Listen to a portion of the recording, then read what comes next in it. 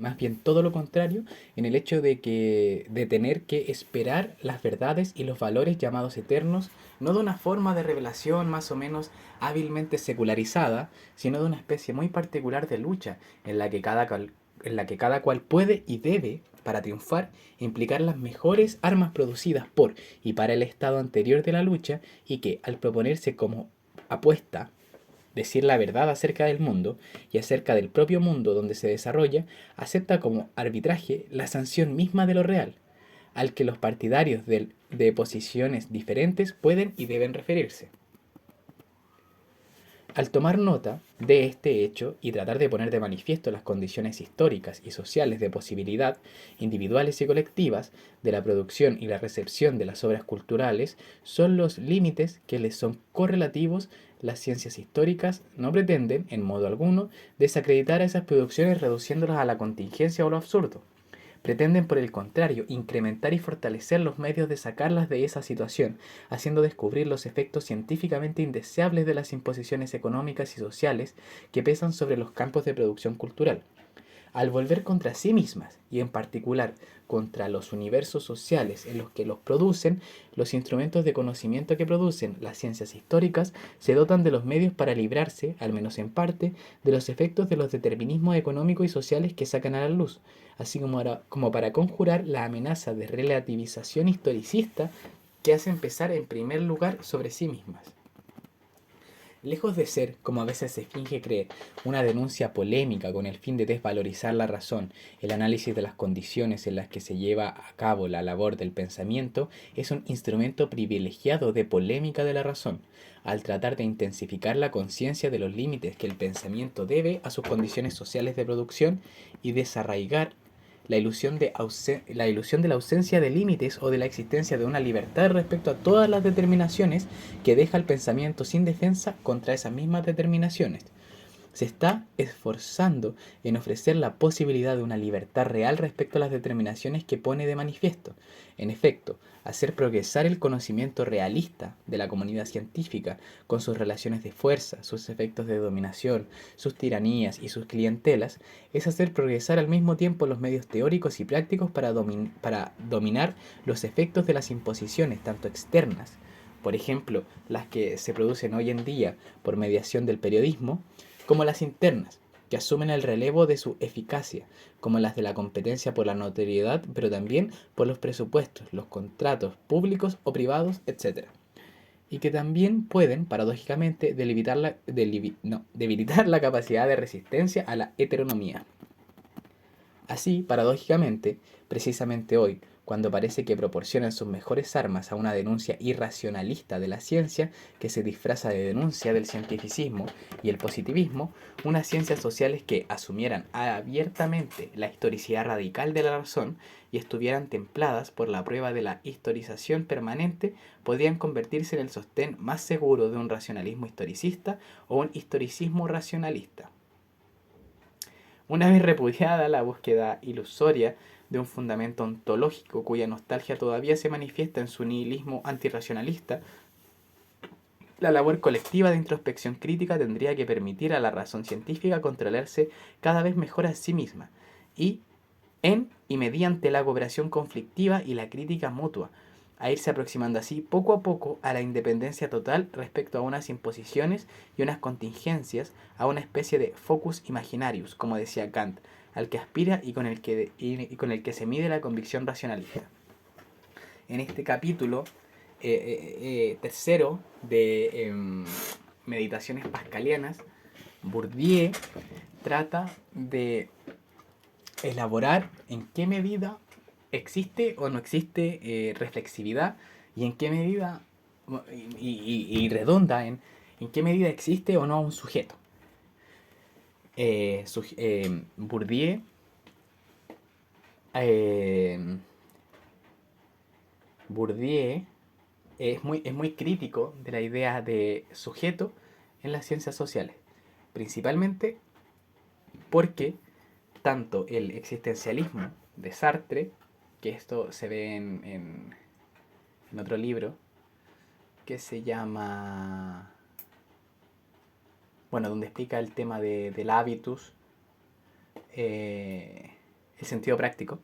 El sentido práctico es muy crítico de la idea de sujeto porque tanto el existencialismo como la teoría del actor racional, muy importante en economía, conceptualizan o tratan al sujeto como una conciencia eh, arrojada a un mundo que no le precede.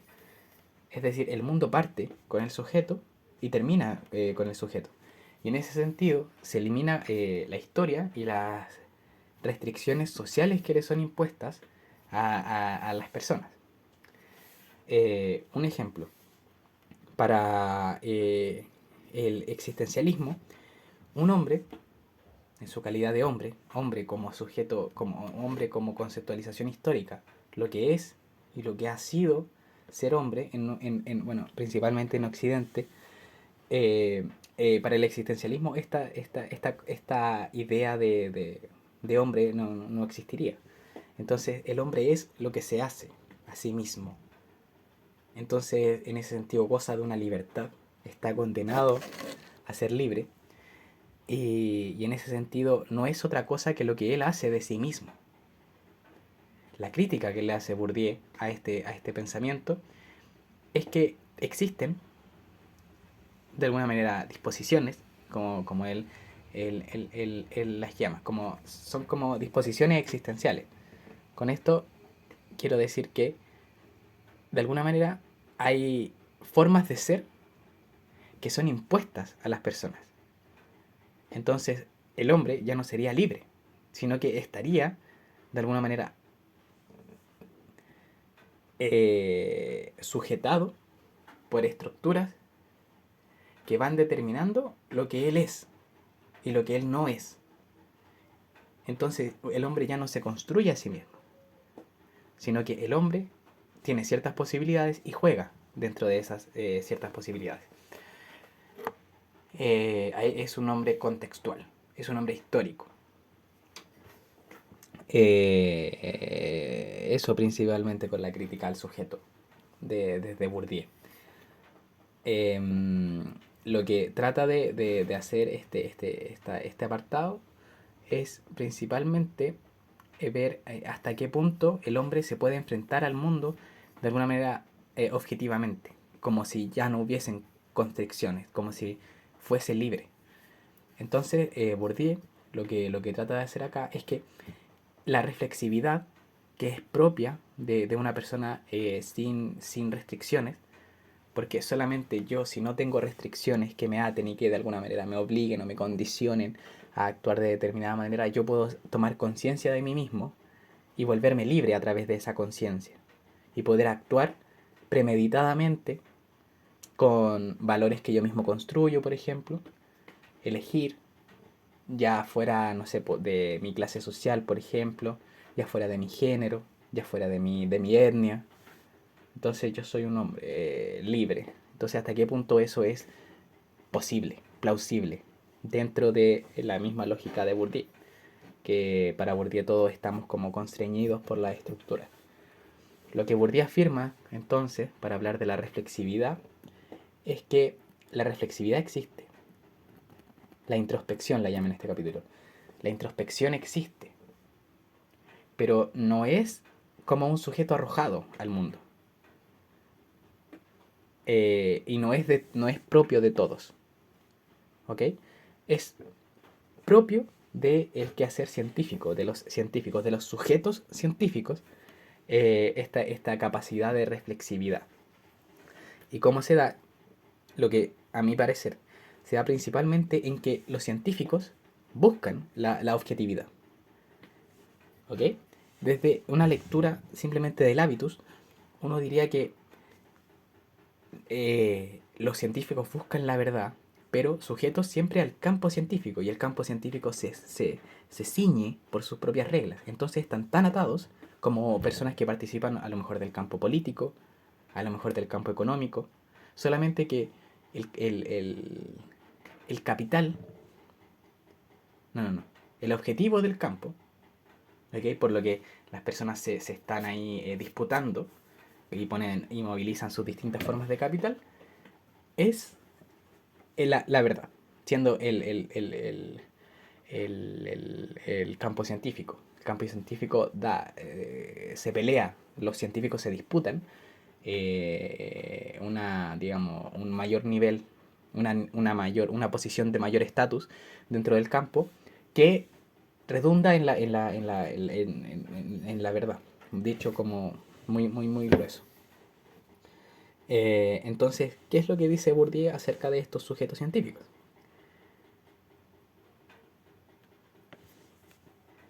Lo que dice,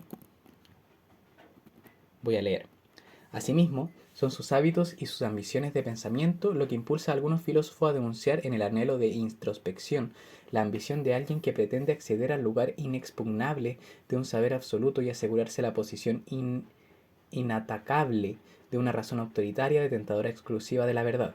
En realidad, la introspección incumbe al conjunto de quienes están implicados en el campo científico y se realiza por medio del juego de la competencia que los une y los enfrenta, cuando se cumplen las condiciones para que esta competencia se someta a los imperativos de la polémica racional y cada uno de los participantes esté interesado en subordinar sus intereses egoístas a las reglas de la confrontación dialogística. No hay conquista individual de la introspección, por ejemplo el descubrimiento de la ilusión escolástica, que no esté condenada por la lógica de la competencia a convertirse en un arma de lucha científica y a imponerse a todos los que estén implicados en ella. Ya, aquí, bueno, esta parte ya está como más clara, que es la segunda página de este apartado. Dice que la manera de la reflexividad o la búsqueda, o no, la reflexividad se encuentra en el trabajo colectivo, en el campo científico, que es capaz, a través de la constante pugna entre los científicos por alcanzar mayores niveles de posiciones más prestigiosas, más altas dentro del campo, es esa disputa racional, que aquí él llama polémica racional, la que sería capaz de generar reflexividad en el mismo campo. Sin embargo, aquí desechamos, en ese sentido, Bourdieu digamos,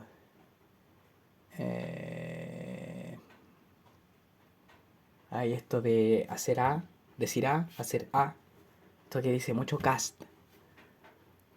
No sé, es como que concuerdo conmigo mismo, soy una persona que es contundente, que es una persona que es honesta. Bueno, esto calza mucho con el tema de Bourdieu porque es capaz de poner la reflexividad, asumir que puede existir reflexividad, pero dentro de unas condiciones de campo. Entonces hay un campo que es específico y que puede producir reflexividad. Y eso es importante. Y eso es importante. Bueno, aquí terminamos.